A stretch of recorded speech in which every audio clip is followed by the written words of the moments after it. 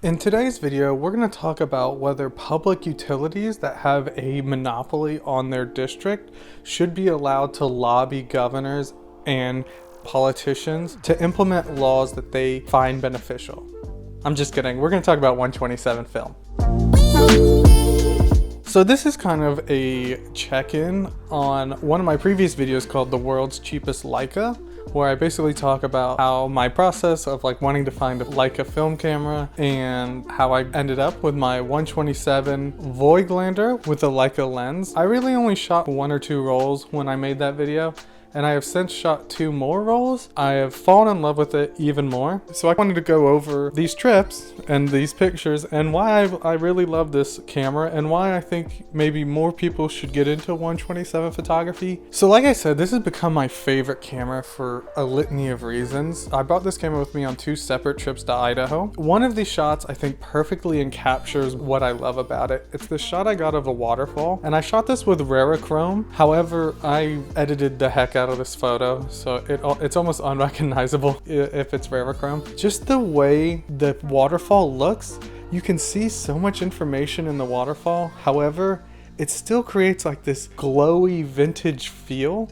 The lens is incredibly sharp for a lens of its day, which is early 1900s. However, it's still from the 1900s, so the mixture of the low ISO film and the lens just kind of creates this feeling of a vintage feel, even though you're capturing things in modern day. That's even evident of all these other shots that were taken at Mesa Falls in Idaho. Another perfect example of this are these shots I got of an older bridge. I don't even know how to really describe it. The lens allows a little bit of haze, and it just kind of creates this otherworldly feel, almost like you're looking at a black and white image, even though it's in color.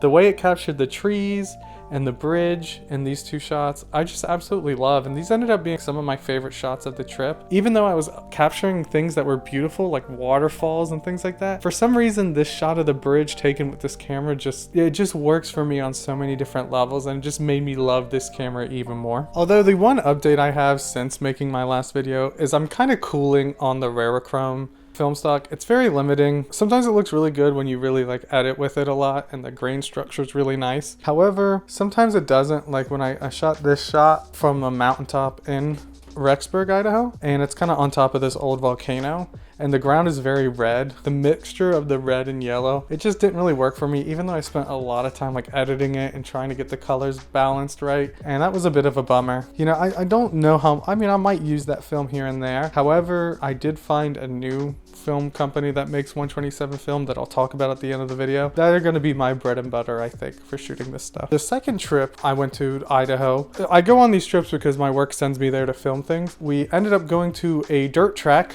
and watching cars race because I'm an avid NASCAR fan, and I took a shot there. Again, a sharpness but a glow, great colors. We ended up using Portra 160 in this one. Of course, Portra's Portra. So it looked really good. And then probably my favorite images from this trip were when we shot the Mormon temple. There's fires in the area, obviously. So there was a little bit of smoke in the sky that kind of diffused the sun. It created this perfect backlight for the temple. And these shots I ended up getting there, I love. I'll probably get some of these printed out, actually. I really enjoyed editing them, and I really liked the way they came out. We ended up having a day off where we weren't gonna have to shoot. We originally thought we were gonna have to shoot, but we didn't have to shoot. So we ended up going to Jackson, Wyoming from Rexburg, Idaho. Now I do have to say, like I mentioned before, there were a lot of fires in the area, so there was a lot of smoke covering the Tetons. I didn't know how well or how good or how bad it would look on film. So I even got one shot that I had to scrap because there's no way of pulling the information of the mountains out of the picture without destroying the image. We still managed to get some great shots. Working with it in Lightroom, I was still able to pull some information out of the mountains, even though there was a bit of a smoky feel to it. But man,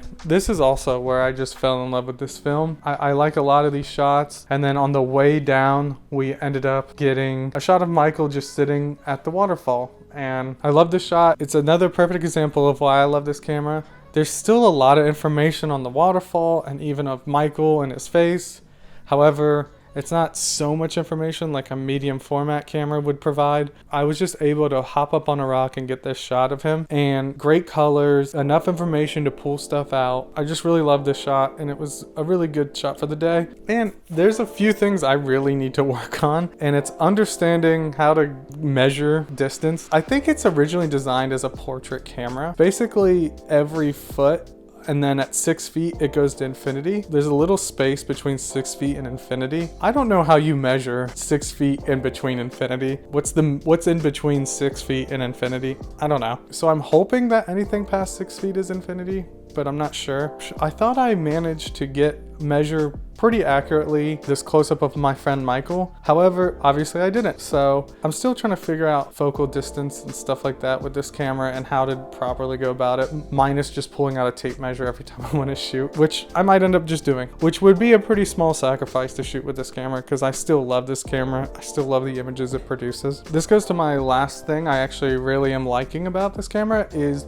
the availability of film has actually opened up quite a bit. So I was actually able to shoot Portra 160 because of the company called filmforclassics.com, and they sell to like B&H and all these other people. They're the ones who actually make it. It's pretty much these guys only that I've been able to really see. And so I just hope these guys stay around as long as possible. I hope the most amount of people start shooting 127 film as possible just to keep this around because I love this camera. I love the images it makes, and 127 is really the only way I could do that. The last reason I really enjoy 127 film is the kind of affordability. I wouldn't have been able to buy a camera this nice as cheap if it was any other format, whether that's medium format or 35. The fact is that 127 film cameras are relatively cheaper. They're more reminiscent of what 35mm cameras used to be when I first got into film photography. So for me, the last beacon of hope for us to be able to find deals as film photographers